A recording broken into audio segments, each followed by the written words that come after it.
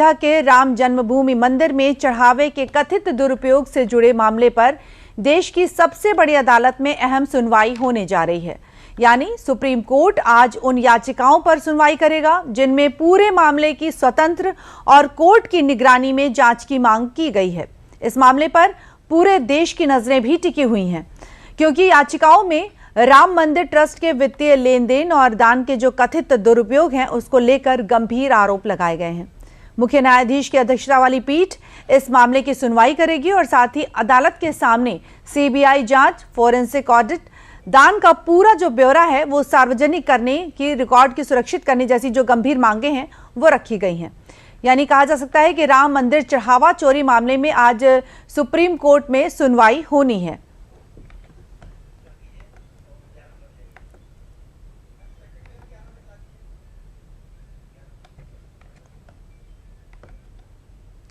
बता दें कि याचिकाओं में क्या कुछ मांग की गई, इसके बारे में भी बता दें कि स्वतंत्र या कोर्ट की निगरानी में जांच की मांग, सीबीआई की अगुवाई में मल्टी डिसिप्लिनरी एसआईटी जांच की मांग, राम मंदिर ट्रस्ट के वित्तीय ऑडिट की मांग भी की गई है और साथ ही उसके बाद बता दें कि वर्ष 2020 से अब तक मिले दान का जो पूरा विवरण है वो सार्वजनिक करने की मांग की गई है।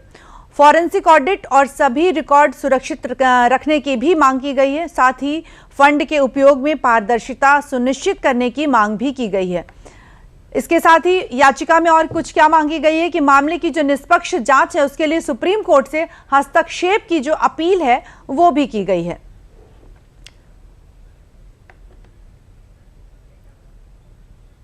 बता दें कि राम जन्मभूमि मंदिर में चढ़ावे के कथित दुरुपयोग को लेकर सुप्रीम कोर्ट में कई याचिकाएं दायर की गई हैं। इनमें जो सबसे प्रमुख याचिका है वो अधिवक्ता अजय कुमार राय और दिनेश कुमार यादव की है, जिसमें सीबीआई की अगुवाई में मल्टी डिसिप्लिनरी एसआईटी जांच मांग की गई है और इसके साथ ही अधिवक्ता अनूप अवस्थी ने उन्होंने स्वतंत्र या कोर्ट निगरानी वाली जांच की मांग उठाई है। तो वहीं आरजेडी सांसद सुधाकर सिंह ने ट्रस्ट के वित्तीय ऑडिट, वर्ष 2020 से अब तक मिले दान का पूरा विवरण पेश करने की मांग की है और फंड के इस्तेमाल पर रोक लगाने की भी मांग की है। अधिवक्ता नरेंद्र कुमार की बात करें तो अधिवक्ता नरेंद्र कुमार गोस्वामी ने फॉरेंसिक ऑडिट, सीसीटीवी और अन्य रिकॉर्ड सुरक्षित रखने तथा पारदर्शिता सुरक्षित करने की मांग की है।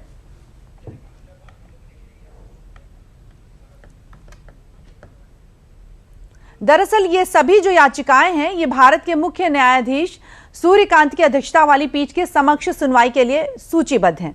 अन्य सदस्यों में जस्टिस जयमाल्या बागची और वी मोहन शामिल हैं और अब इन सभी याचिकाओं पर सुप्रीम कोर्ट में सुनवाई होगी, जहां अदालत ये तय करेगी कि मामले में आगे क्या कुछ कदम जो हैं वो उठाए जाएं।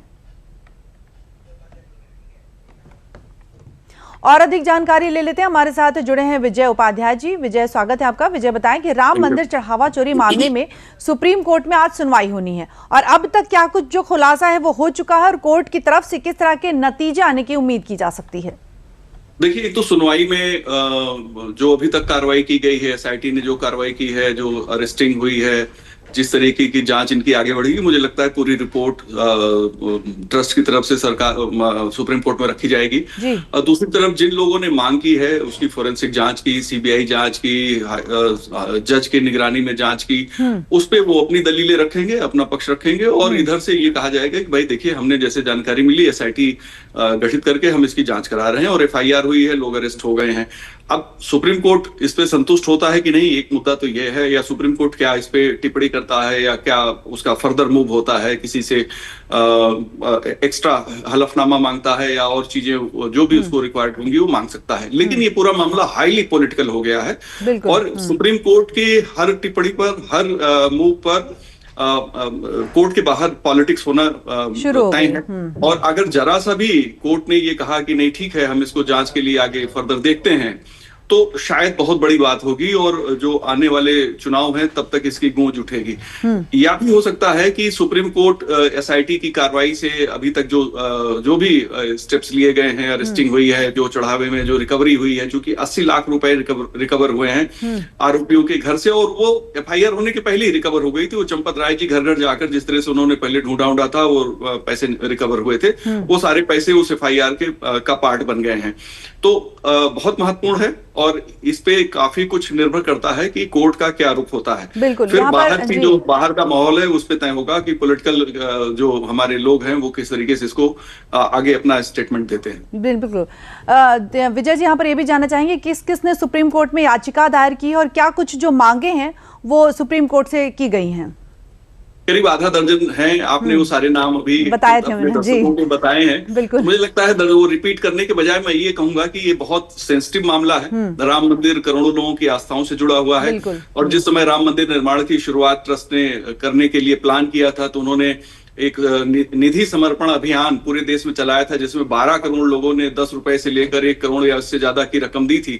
वो रकम करीब इनका ऐसा कहना था चंपत राय जी का कि वो पैसे हमने जोनल ऑडिट कराए, यानी किस एरिया से कितना, चूंकि विश्व हिंदू परिषद का अपना एक सांगठनिक ढांचा है तो जिस इलाके से जितना पैसा आया, जितनी रसीदें दी गई, कितनी वापस आई, कितनी कटी, कितनी नहीं, तो वो सारा कुछ इन्होंने ऑडिट कराया था और ऑडिट करा के वो करीब 3000 करोड़ के आसपास की रकम इन्होंने बताई थी। इसके बाद जब इनको FRCA का मंजूरी मिल गई तो विदेशों से भी पैसे आए और जब मंदिर निर्माण हो गया उसके बाद मंदिर में जो चढ़ावे की रकम आई है वो भी आई है। तो ये पब्लिक से जुड़ा हुआ मामला है, लोगों की आस्था से जुड़ा मामला है। आप देखिए ये लंबे अरसे से इसका आंदोलन चला है तो इसमें कोई भी गड़बड़ी जो है वो शायद लोगों को अच्छी नहीं लगी है। तो एक धार्मिक संवेदनाओं से जुड़ा हुआ मसला है। जी, जैसा कि आपने कहा कि आस्था से जुड़ा हुआ मामला है तो अयोध्या राम मंदिर जहां एक बड़ा आस्था का केंद्र है, ऐसे में इस तरह की जो अनियमितता देखने को मिल रही है तो मंदिर प्रशासन को किस तरह के कदम उठाने चाहिए कि आगे ऐसी कोई अप्रिय घटना ना हो?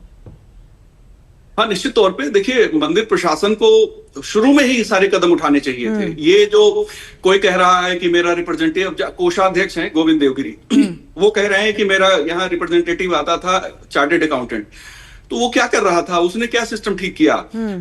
इसके अलावा जो ट्रस्ट का चार्टर्ड अकाउंटेंट था उसने कैसे चीजों को क्यों नहीं ठीक करने के लिए लोगों को बोला? दूसरा, IAS रिटायर्ड IAS अफसर हैं इसमें, तमाम ऐसे लोग हैं जो ऑर्गेनाइजेशन में काम कर चुके हैं, इनकी उन लोगों ने क्यों नहीं इसको देखा? मुझे पक्की जानकारी है कि 2020 के बाद जितनी ट्रस्ट की मीटिंगें हुई हैं उसमें वो सब लोग शामिल रहे हैं जो लोग आज चंपत राय और अनिल मिश्रा को पे सवाल उठा रहे हैं।